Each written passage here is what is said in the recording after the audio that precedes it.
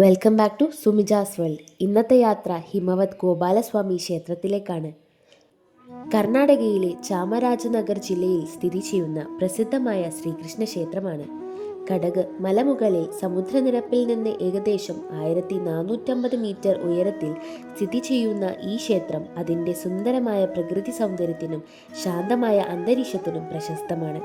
ക്ഷേത്രത്തിലെ മുഖ്യ വിഗ്രഹം ഗോപാലസ്വാമിയായ ശ്രീകൃഷ്ണനാണ്. ദശാവതാര ശില്പങ്ങളാൽ അലങ്കരിക്കപ്പെട്ട മുഖമണ്ഡപവും ധ്വജസ്തംഭവും ഏകതല ഗോപുരവും ക്ഷേത്രത്തിന് ഭംഗി പകരുന്നു.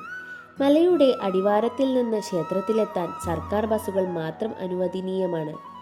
കാട് ചുറ്റിപ്പറ്റി വളഞ്ഞുമുറിഞ്ഞ മലവഴികളിലൂടെ ബസ് സഞ്ചരിക്കുമ്പോൾ യാത്രക്കാരന് ആകർഷകമായ പ്രകൃതി ദൃശ്യങ്ങളും വന്യജീവികളുടെ സാന്നിധ്യവും അനുഭവിക്കാൻ കഴിയും. തീർത്ഥാടകരുടെ സൗകര്യാർത്ഥം ക്ഷേത്രത്തിൽ ഉച്ചഭക്ഷണ സൗകര്യവും ഒരുക്കിയിട്ടുണ്ട്. ചരിത്രപരമായ ഹോയ്സളരും പിന്നീട് വടയാർ രാജവംശവും ഈ ക്ഷേത്രത്തിന് പ്രധാന സഹായികളായിരുന്നു. ആത്മീയതയും പ്രകൃതി സൗന്ദര്യവും സംഗമിക്കുന്ന ഹിമവത് ഗോപാലസ്വാമി ക്ഷേത്രം തീർത്ഥാടകരുടെയും വിനോദസഞ്ചാരികളുടെയും മനസ്സ് ആകർഷിക്കുന്ന പ്രധാന കേന്ദ്രമാണ്.